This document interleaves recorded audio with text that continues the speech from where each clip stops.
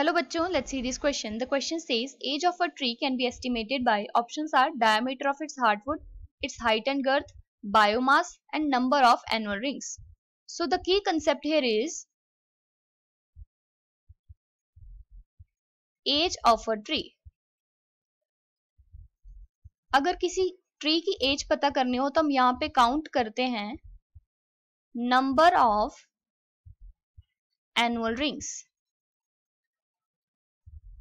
Annual rings एक complete year में बनते हैं और इसमें प्रेजेंट होता है एक लाइट रिंग प्लस एक डार्क रिंग. लाइट रिंग बनता है इन स्प्रिंग सीजन और डार्क रिंग बनता है इन दी विंटर सीजन. इसलिए यहाँ पे जो वुड बनेगी उसे हम कहते हैं अर्ली वुड क्योंकि ये सीजन पहले आता है, और विंटर वाले को हम बोलते हैं लेट वुड.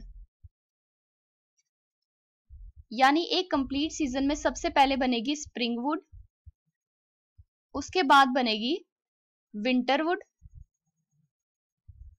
और ये कंप्लीट एनुअल रिंग बन जाता है. उसके बाद नेक्स्ट ईयर में फिर से बनेगी स्प्रिंग वुड, उसके बाद बनेगी लेट वुड, यानी एक और एनुअल रिंग की फॉर्मेशन हो जाती है. तो यहाँ पे 2 एनुअल रिंग्स हैं, इसलिए हम कह सकते हैं कि ये इस प्लांट की एज कितनी है 2 years.